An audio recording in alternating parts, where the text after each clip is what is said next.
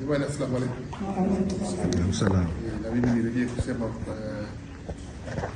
nijitambulishe tena, najua mwenzangu tayari kanitambulisha, lakini pia mimi ndio fursa hii kwanza kujitambulisha. Mimi kwa majina naitwa Said Ali Juma, na hivi karibuni nilibahatika kupata uteuzi wa Mheshimiwa Rais wa Zanzibar kwa mwakilishi katika zile nafasi 10, na mimi nimekuwa mwakilishi, lakini kwa uzuri wake kwamba pia nimekuwa ni mkazi wa Mafuoni.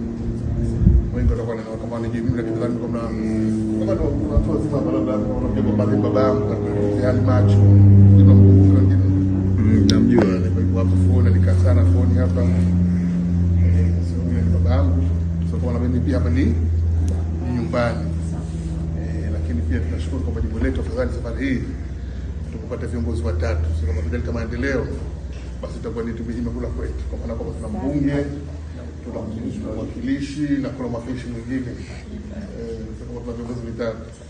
Lakini pia niseme kwamba kwanza namshukuru ndugu yangu, lakini pia namshukuru wewe mwenyekiti pamoja na kamati yako na wanafunzi wenzangu kwa kunialika kuja hapa kuangalia msikiti wetu huu, lakini pia kuchangia.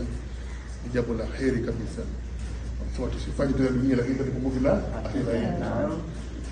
Mimi nashukuru sana kwa miongoni wa watu kuletwa hapa, lakini pia niseme kwamba nimeyapokea yote inshallah leo hapa, na nitajitahidi kwa uwezo wangu kuhakikisha basi msikiti wetu unatumika, lakini pia Ramadhani hii basi utakuwa unatumika, na nitakuwa miongoni wa kwanza kuja kufuatilia.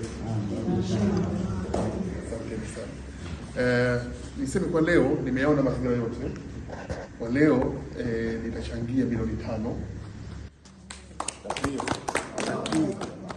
Lakini kwa sababu Ramadhani ni bado kama siku 20. Kwa bahati nzuri au bahati mbaya nimepata safari kidogo siku ni wiki, lakini nikirudi tena tutaangalia hatua gani nimefikia na tutachangia tena ili tuweze kuhakikisha kwamba Ramadhani hii basi tuna swali kwenye msikiti wetu huu. Amina.